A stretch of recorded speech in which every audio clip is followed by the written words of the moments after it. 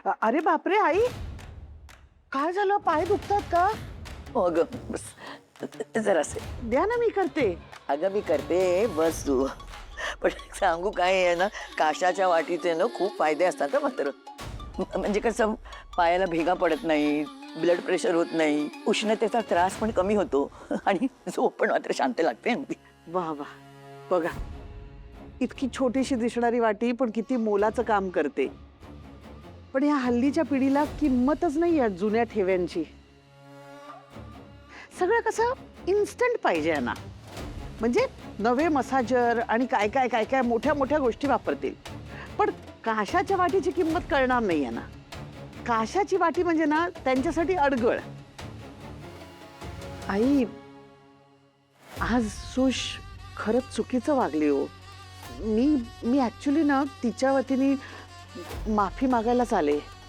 किती सारखं सारखं समजवायचं या मुलीला की आता ताईपणा करू नको, जरा विचार करून वाग, पण समजतच नाही हो हिला. नाही, एरवी चांगली आहे ती तशी, पण घराचे अधिकार तिला देऊन आपण चूक केली की काय असं वाटायला लागलंय ना आता मला. बघा ना कशी पटकन निर्णय घेऊन टाकते. आज भांडी विकायला काढली, उद्या आपलं घर विकायला काढलं म्हणजे. एवढं काही होणार नाही. आई, तुम्ही मनाने ना खूप साध्या आणि चांगल्या आहात, म्हणून सुष्मिताची ही लक्षणं तुम्हाला दिसत नाहीत. तुझीच सून आहे ना ती. हो हो, माझी सून आहे, पण स्वानंदीची लहान बहीण आहे ना. ती तिला जुमानत नाही तर माझं काय ऐकणार आहे? तुम्हाला माहिती आहे ना आई, माझी आधीपासूनची काय सवय आहे. मला असं दमदाटी करताच येत नाही, कुणावर आवाज चढवताच येत नाही. मलाच भीती वाटते हो. आणि सुष्मिताला प्रेमाने समजवलं तर तिच्या डोक्यातच शिरत नाही. सगळं अगदी हावरण्यासारखं असं ओरबाडायचं असतं तिला. लहान आहे ग, शिकेल हळूहळू. शिकेल हो, त्याबद्दल नाही म्हणायचं नाही मला. म्हणजे अजून थोड्या दिवसांनी, काही वर्षांनी तिला मॅच्युरिटी येईल. पण तोपर्यंत घराचे अधिकार कुणीतरी समंजस, अनुभवी, म्हणजे तिला आपल्या घराण्याबद्दल जाण आहे अशा कुणाला तरी द्यायला हवं ना. म्हणजे कुणीतरी अशी बाई की जी अनेक वर्ष या घरात राहिली आहे, जिला राजवाड्यांच्या पद्धती, रीती, परंपरा माहिती आहेत, अशी कोणीतरी. हो अगं स्वानंदी तशीच आहे अगदी. हा, म्हणजे तो एक ऑप्शन आहेच, पण तरीही मला असं वाटतं कोणीतरी जास्त अनुभवी, म्हणजे जिला जास्त आपल्या घराण्याबद्दल जाण आहे अशी कोणीतरी. पिंट्याची आई असती ना आज, तर तिने ना घर अगदी छान सांभाळलं असतं. म्हणजे दोन्ही सुनांना ना आपल्या हाताखाली चांगलं घडवलं असतं तिने ग.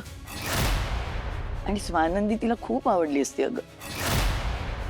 आणि शेवटी सगळं पिंट्याच्या आई वडिलांचंच होतं ना. ते गेले आणि त्यानंतर पिंट्याने दिवस रात्र कष्ट केले आणि मोठं साम्राज्य उभारलं, सगळं घर सांभाळलं. तो आता घरातला कर्ता पुरुष आहे ना ग. मग आता घरातले अधिकार सगळे त्याच्याच बायकोकडे असले पाहिजेत ना. आणि सुष्मिताचं म्हणशील ना, तर तिने जे वेळेवर तिचं वागणं सुधारलं नाही ना मल्लिका, तर ह्या घराचे अधिकार फार काळ तिच्याकडे राहणार नाही का.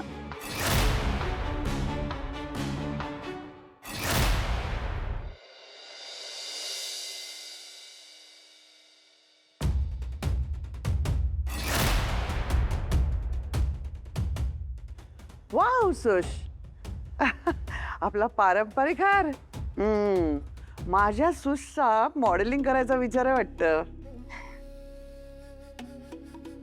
किती ब्युटिफुल आहे ना मॉमन-इन-लॉ हा हार. नो डाऊट, राजवाड्यांचा पारंपरिक हार आहे हा.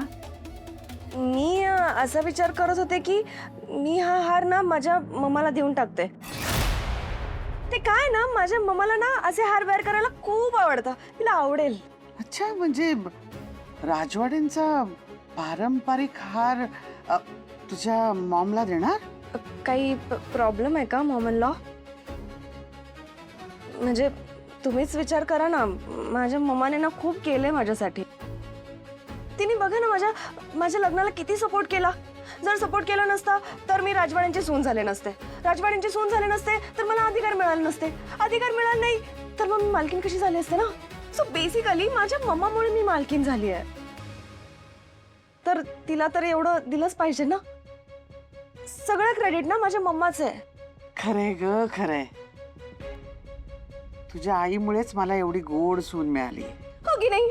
मग त्याच्या बदल्यात माझ्या मम्माला काहीतरी मिळालं पाहिजे ना. हो ग, खरंच किती विचार करतेस ना स्वतःच्या आईचा. अनलाईक ताई, तिला तर ना काही पडलेलीच नाहीये मम्माची.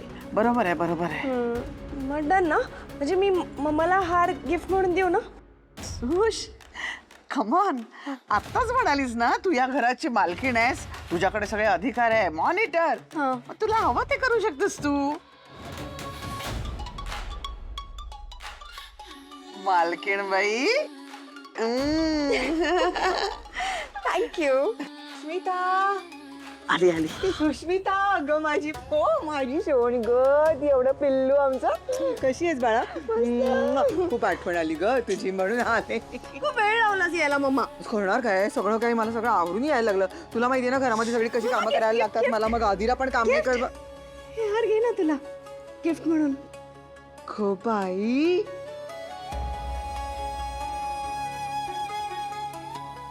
एवढा मोठा हार सोन्याचा आहे. मला वाटलं होतं तू काहीतरी छोटस असं गिफ्ट देशील. मम्मा छोटस का ग? अरे मालकीन बाईची मम्मा आहेस तू, तुला छोटं नाही मोठं गिफ्ट मिळणार. देवा, किती गोड बघा. हो बघा. Good morning. Good morning. सगळं ठीक आहे? हो एकदम. डोकं दुखत नाही ना? छे, अजिबातच नाही. एवढा छान मसाज करून दिला होता तुम्ही की काय बिशात त्या डोक्याची परत दुखण्याची. अहो मी तर साडीतच झोपले, मला झोप कधी लागली तेही कळलं नाही मला. पाहिलीत माझ्या प्रेमाची ताकद. स्वानंदी मॅडम, तुमच्या मेंदूला अशी धमकी दिली होती ना, म्हटलं बघ जर स्वानंदी मॅडमला त्रास दिलास तर.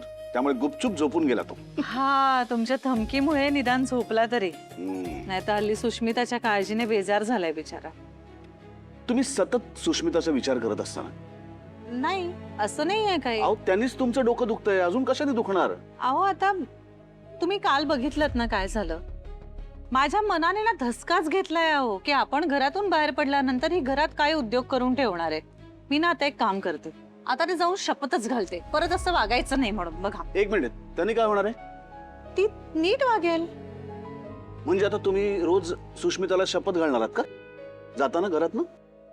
म्हणजे हे आता नेहमी चालू राहणार आहे का की पर्स घेतलीस का, फोन घेतलास का, फोन चार्ज केलास का, तसं सुष्मिताला शपथ घातलीस का, असं आता करायचं यापुढे? पण मग दुसरं काय करू आता? स्वानंदी मॅडम, एका मर्यादेच्या पलीकडे आपण दुसऱ्यांची जबाबदारी घेऊ शकत नाही आणि त्याच्यासाठी तुम्ही सतत स्वतःला जबाबदार समजणं बंद करा. जी चूक मी केली ना तीच चूक तुम्ही करताय म्हणून तुम्हाला सांगतोय मी. पण म्हणजे मला नाही कळलं कुठली चूक.